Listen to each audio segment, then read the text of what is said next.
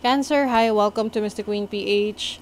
At ito yung energies ninyo ngayong new moon in Gemini sa May 27, 2025 at 11:02 a.m. Philippine time. Ayan. So, new moon is about new beginnings, new opportunities.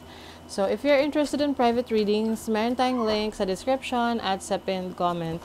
Pakicheck nyo na lang information kung paano mag-book for a private reading. And please subscribe to our channel to show your support.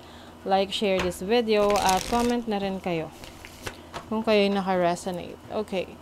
So, for you, Cancer, itong new moon is happening in your 12th house of your subconscious. So, some of you, maaring may nagkakaroon kayo ng spiritual awakening, spiritual downloads, mga bagong pananaw sa buhay, may mga self-realizations kayo. Some of you, maari ring meron kayong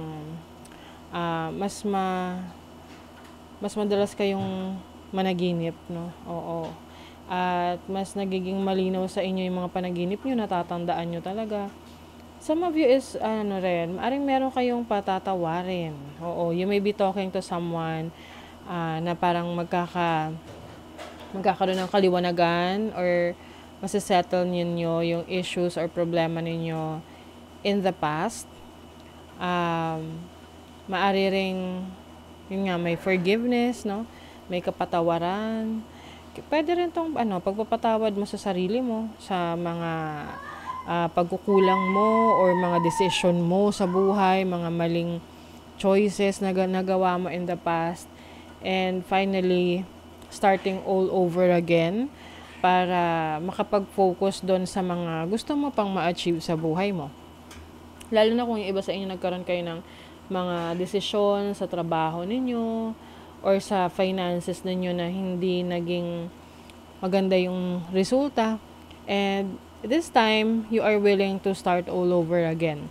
Meron tong positive aspect sa yung 10th house of your career. Maaring yung iba may magsisimula na bagong trabaho, career para sa inyo. Yung iba, itong career path na to related sa spirituality, sa mysticism, sa esoteric, anything na mysterious or mystical if you are into that. This can also mean na can be a new opportunity na mag-open sa'yo sa career path mo na mas magagamit mo yung talents and skills mo. Ito yung matagal mo nang hinihintay na hindi mo makuha-kuha or hindi dumarating sa'yo for some reason. So, timing is essential talaga. Maaring ito na yung time para sa'yo na mas mag-progress at magkaroon ng bagong career path. So, maaring meron tutulong sa'yo na ma-achieve ito, or this is self-realization para sa'yo. Meron ditong positive aspects sa Pluto, which is the planet of transformation in your 8th house. So, maaring may magbabago pagdating sa pananaw mo sa finances. Some of you, meron kayong bagong source of income na itong source of income na to, sisimulan mo out of a loan. Halimbawa, maglo-loan ka sa bangko para puhunan, para sa negosyo mo, ganon. So, that might transform your life, your career. So, pwedeng from being corporate, so magiging self-employed, or pwedeng you're going to be your own boss. So, magiging business owner ka.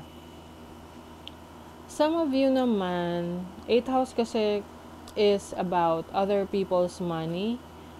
So, pwedeng merong magpapahiram sa'yo, no? Para sa plano mo. Someone might help you. So, i-clarify natin yan. What is the energy of the 12th house? You have the King of Wands.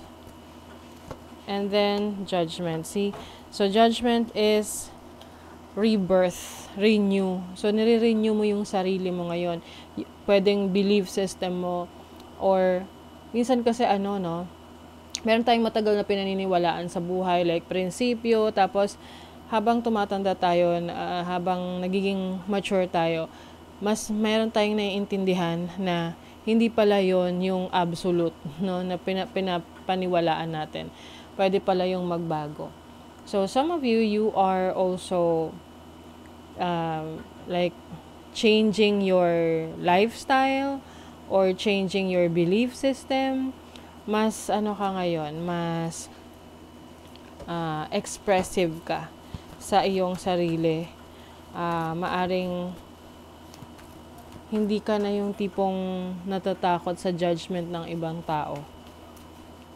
Mas magiging unique and authentic ka. Magpapakatotoo ka sa iyong sarili. What is the energy of the 10th house?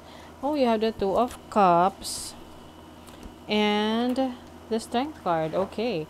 So, maaring yung iba sa inyo, merong support na makukuha from your loved ones, no? This can be your romantic partner, family member, na susuporta sa goal mo, sa career mo, or sa business mo, na mas lalong magiging strong yung bond, yung relationship mo with that person. What is the energy of the 8th house? You have the Ace of Wands, new beginnings, new opportunities for you. Maaring may bago kang responsibility na papasukin. Pwedeng, yun nga, kung magte-take out ka ng loan, bagong responsibility yan. So, just make sure na kaya mo talaga tong panindigan. Kasi medyo mabigat ito para sa'yo.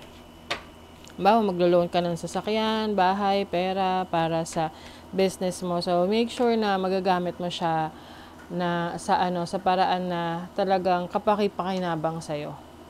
You have Saturn in Taurus in the 2nd house.